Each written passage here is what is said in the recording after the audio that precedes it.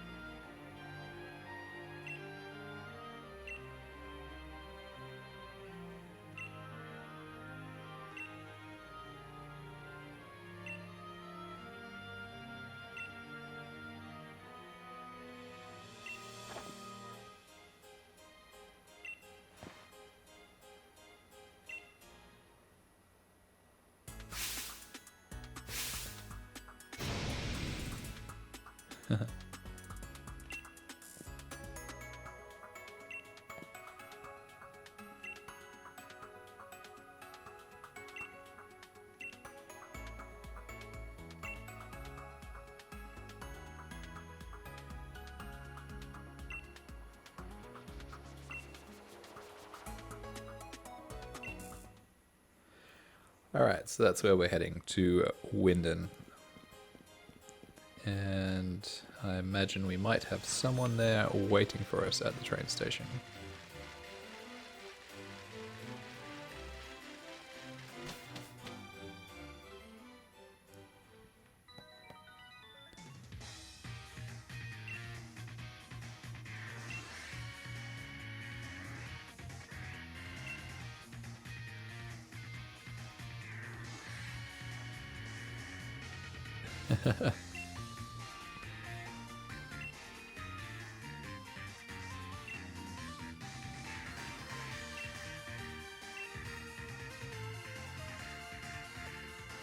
The Champion Cup, not the Champions Cup. Yeah, here or there.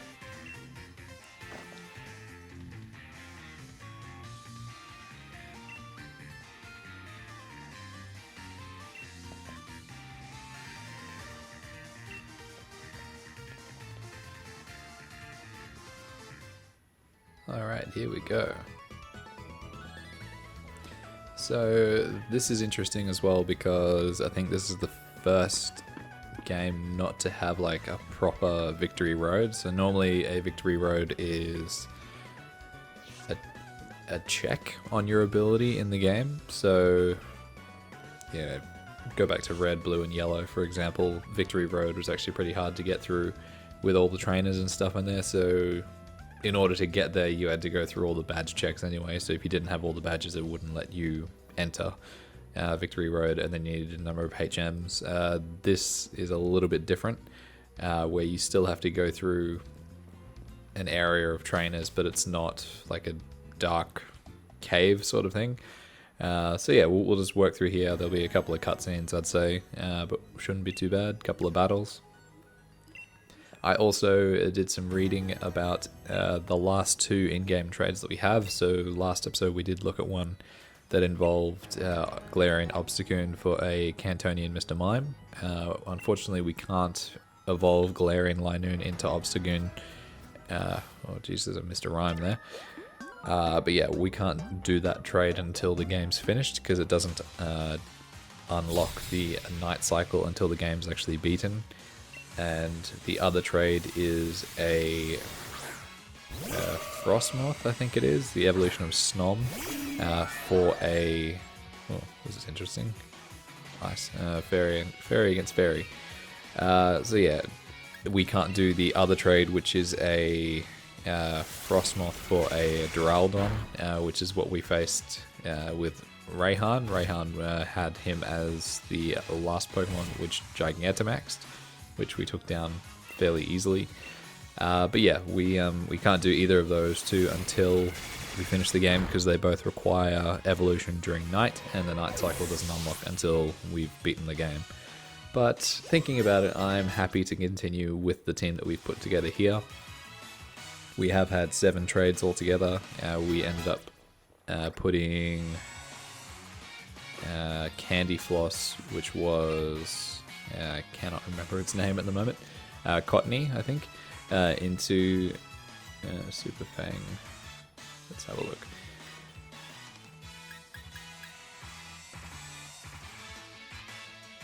Cuts the target's HP in half.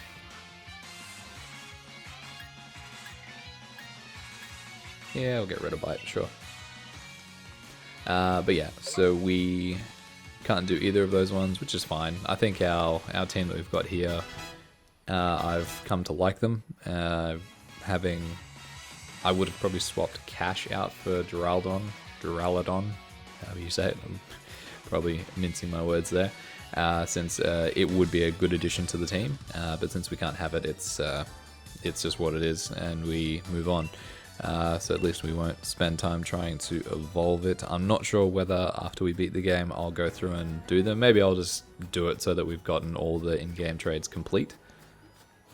Alright, so we got another trainer up here.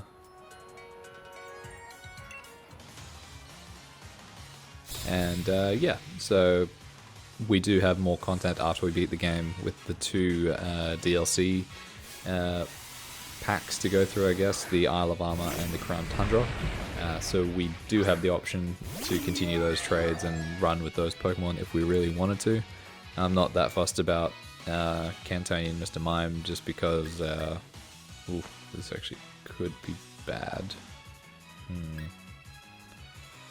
I might sub out depending on what happens here. Okay, that wasn't too bad. So we got a flinch off.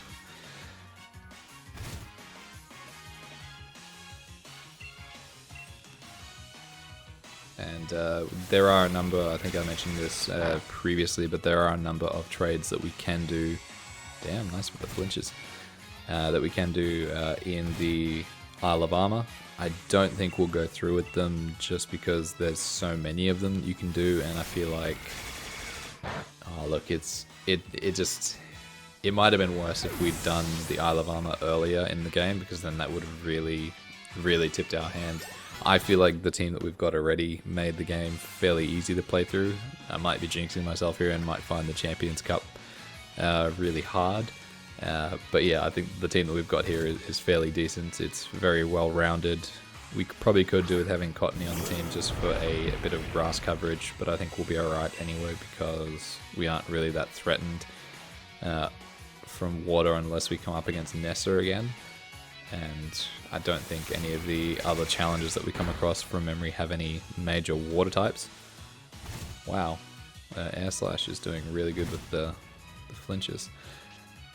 And yeah, so look, we'll take it as we go. We can always sub in Cottony if we have to and take Cash out. I think everyone else plays a good part in the team. Even Kofagrigus, who I've never really used before, is fairly handy with its ability. So if we come across, say, like a Morpeko or something like that again, we can sub in Marsky and have Marsky take that ability off it, and it really, pretty much cuts it in half in terms of what it can do with its mood changes. Now through here, I think there's just trainers and just random things. He is moving. Yeah, I don't think we need to worry about training as much. Let's go through here and grab whatever this is. Comet Shard, huh?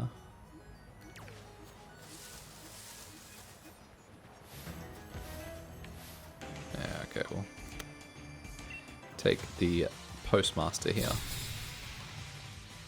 Postman Harper.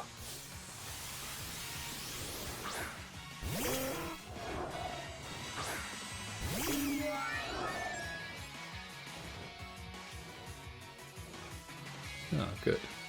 Now it's no longer hailing. And I'm sorry for the recording if there is you can hear like an insect noise in the background. I'm recording this during the week at night, so I think it's some cicadas which are somewhere around my house, and they're quite noisy. I sat around for about an hour hoping that they'd stop for the night, but they've just continued going on. Normally when I record on the weekend during the day, so it's not so bad. All you have to deal with is cars driving past, pretty much. But yeah, at night there's a few different things to deal with. So like the room that I have set up for my recordings, it's not entirely soundproofed, but I think the new microphone that I got last year helps out. And yeah, just I've heard it. Oh, this rooster's so annoying. On the microphone before, so I'm not sure if it's just coming through on the feed this time around or not, but hopefully it's not. Okay, there we go. Trusty air slash. Level 54. So I don't think we've got the level cap being an issue anymore. I think that's what I remember Raihan saying at the end of the battle, that we can catch Pokemon of any level, which means we can deal with whatever our team levels up to. We really only came across that issue once in the game, I guess, where we got close to being over the level cap. Oh, here comes the hail.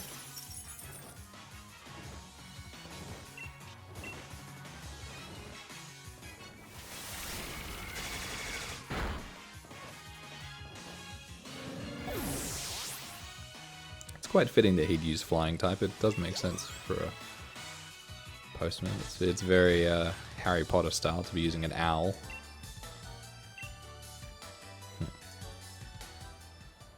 Okay, so that's that.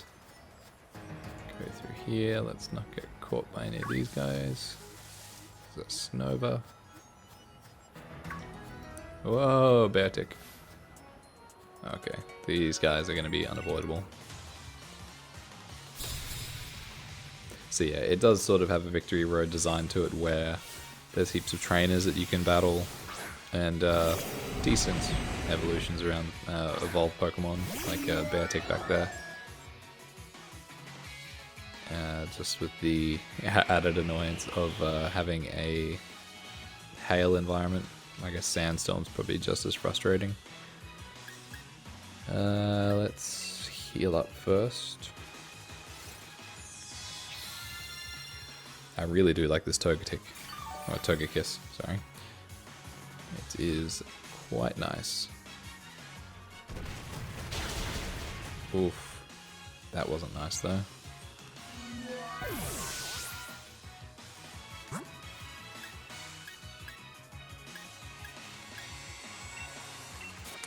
Alright, let's give a Blue Buff a try.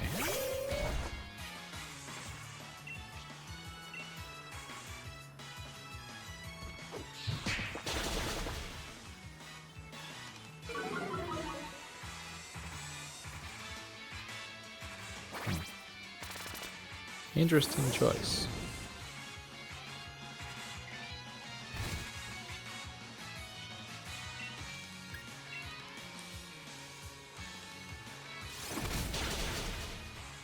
And down it goes.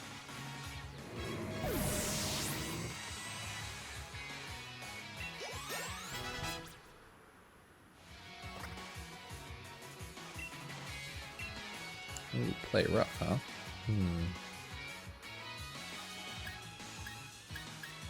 Strong. The attack never misses, and the accuracy on Dark Pulse is there. So we want to hold on to Torment because it could be quite nice depending on what it's got. And Play Rough is stronger but slightly less accurate. Yeah, let's go to False Surrender. 90 with 90% accuracy.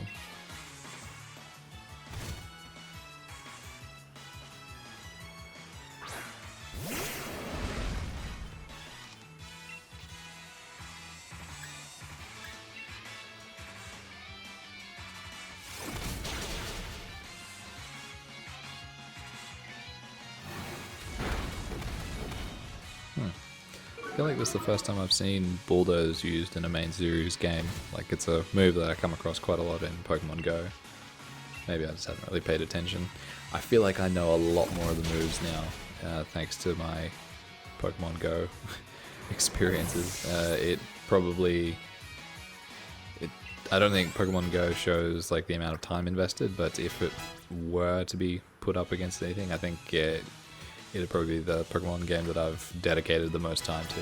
Like, I think I've got like 160 something hours in my original playthrough of Pokemon Shield, but a lot of that's dedicated to egg farming and yeah, like for shinies and stuff, and I don't really count that as actual gameplay. But yeah, it's certainly, like, I have spent some money on the game, but I feel like my investment of money into time spent is fairly decent. We didn't really stock up on much, did we? Let's just heal these guys up.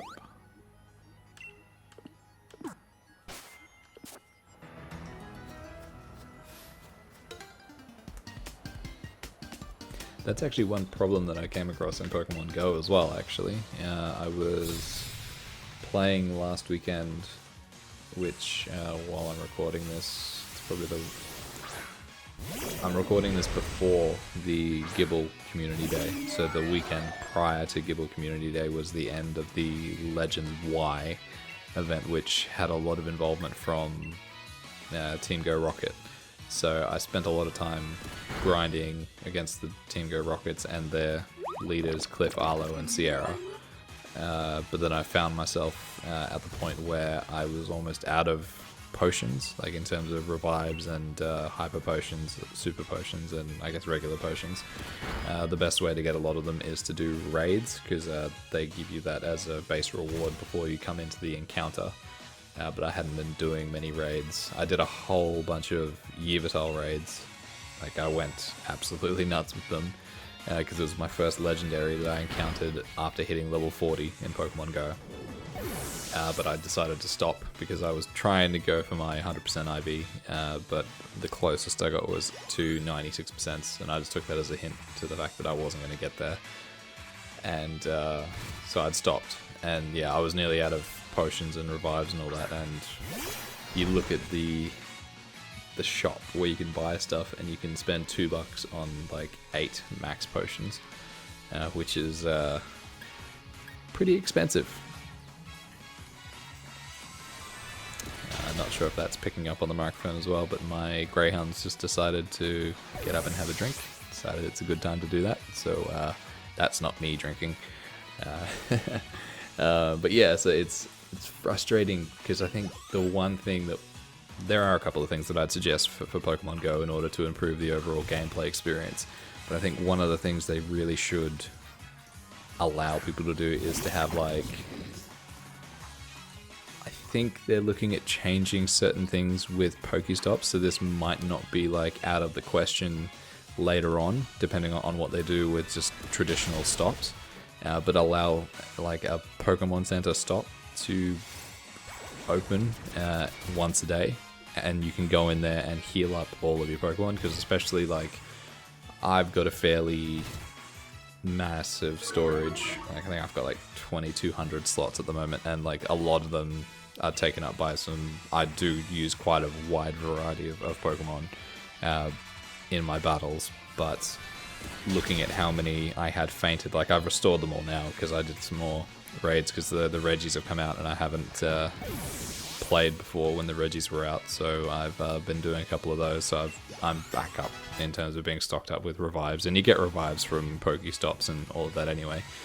But yeah, it would be cool if they just had like the ability just to heal up once a day, just all your fainted Pokemon or all your injured ones, which would I think it would be quite nice just to help people out that way, rather than having to... Not that I'd ever spend real money on or just even coins on revives or max potions. That'd just be a tremendous waste of money, because you could certainly buy things like incenses or raid passes instead and get a lot more value out of it.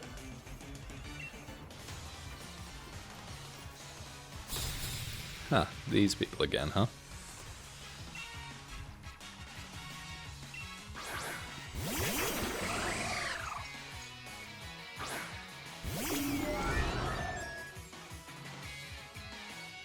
Okay, so what do we got?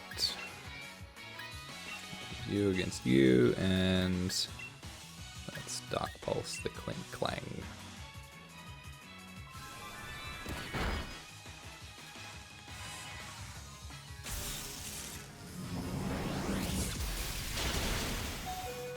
Ouch.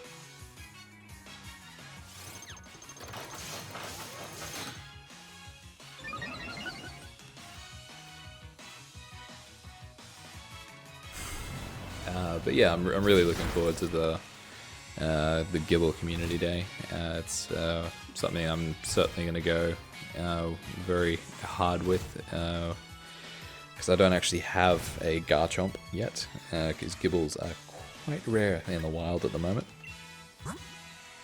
Let's sub out for, yeah, sure. Bring Chikas out for a play, and yeah, let's get rid of you. But yeah, so it'll be good to do that, and then I keep seeing more and more information about the Go Fest. Ow, that was super effective. Jeez, okay.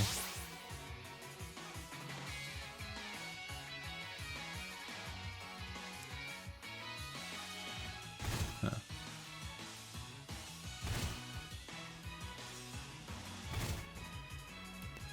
Alright, so who am I going to bring out now, huh? Maybe not. Yeah, so it'll be good to get a Garchomp, and then yeah, the Go Fest information which keeps coming out. It's looking pretty good. I'm very excited for it. It'll yeah, just with all the raid passes and the fact that they're bringing back the what dodged what. The fact that they're bringing back the biomes, like the different areas every hour. So I think they're doing like cave, beach, forest, and desert from memory. So yeah, that'll be cool to do, and they're certainly bringing out some interesting encounters. Alright, nice. They're both down. And yeah, like for like it's $5 US and it's $8 Australian, which isn't too bad. I think that's well worth the money in terms of even just like all the raid passes you get from for free from all the stops. It'll be interesting to see what they have in raids. So I'm sure there'll be a Noivern. There'll certainly be stuff worth doing. Togedemaru. You take on that. You take on Noivern.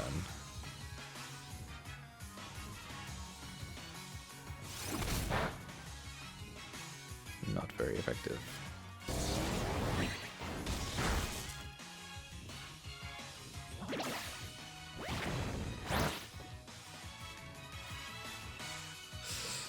Oof. Okay.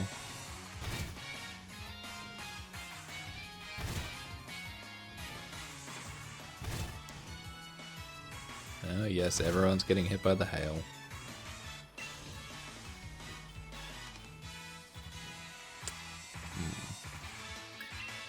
Let's try out Super Fang, huh?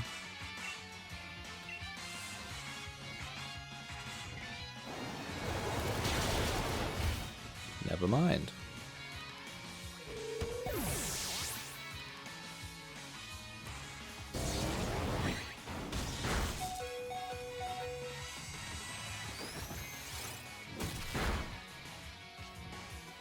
Oh.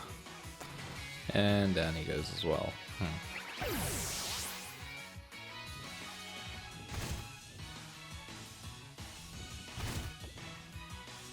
Are these their last ones, or have they got place it on the left, place it on the right?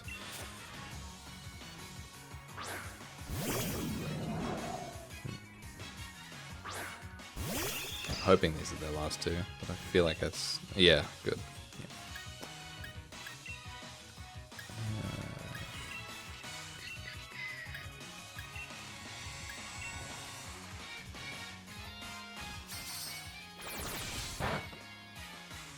That was not very effective.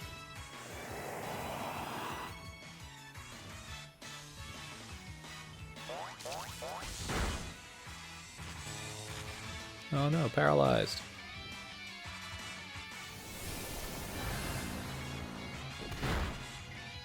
Nice.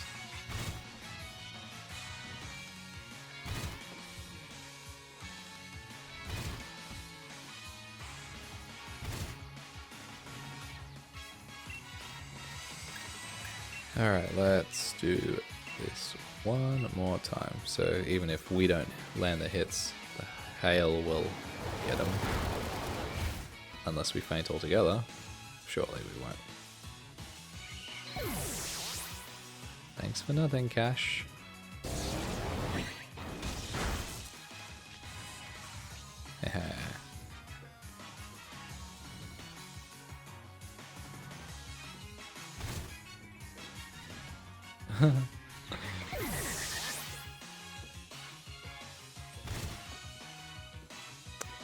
Down they both go.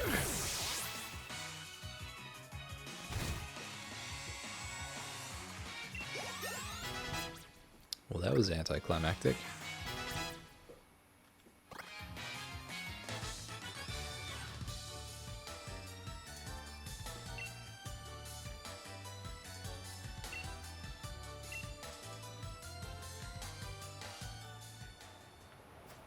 We aren't even at the top yet.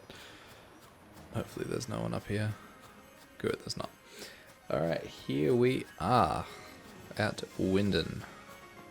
So I saw something funny about this place. Think it might have been another Pokemon YouTuber who mentioned it, but or just like they were reading comments about something and someone pointed out how massive this place is and how little the population is in terms of just the NPCs you see around everywhere. And it's very true. It seems like it's obviously meant to mimic London, with the Ferris wheel and the tower and all that sort of stuff, and Big Ben in the background. But yeah, it's just there's no one around. It's very, very quiet. Look, there's one person. Oh, there's a couple more. And there's the stadium.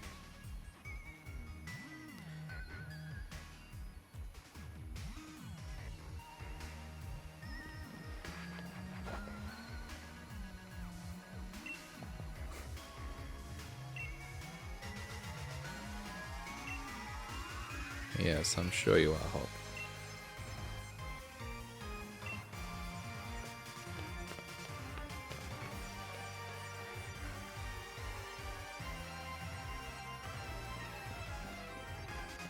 Yeah, let's just head there. He's a Charizard. Alright. Actually, why don't we just go in here first?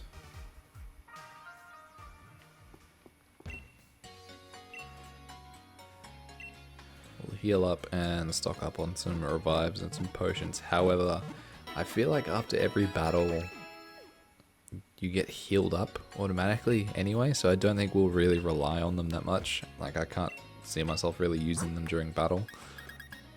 Just let's see how much money we've got. Yeah, let's just get 10 of these.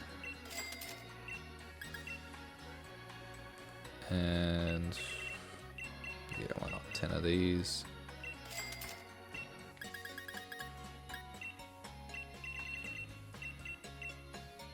And 10 of these.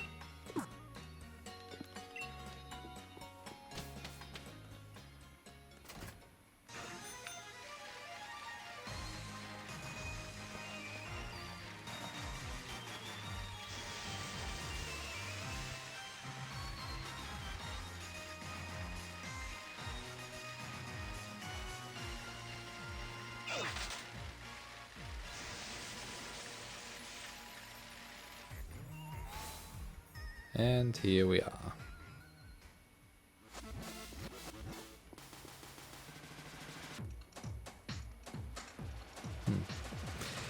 Before we jump into all of that, we will leave it here. So thank you very much for watching this episode.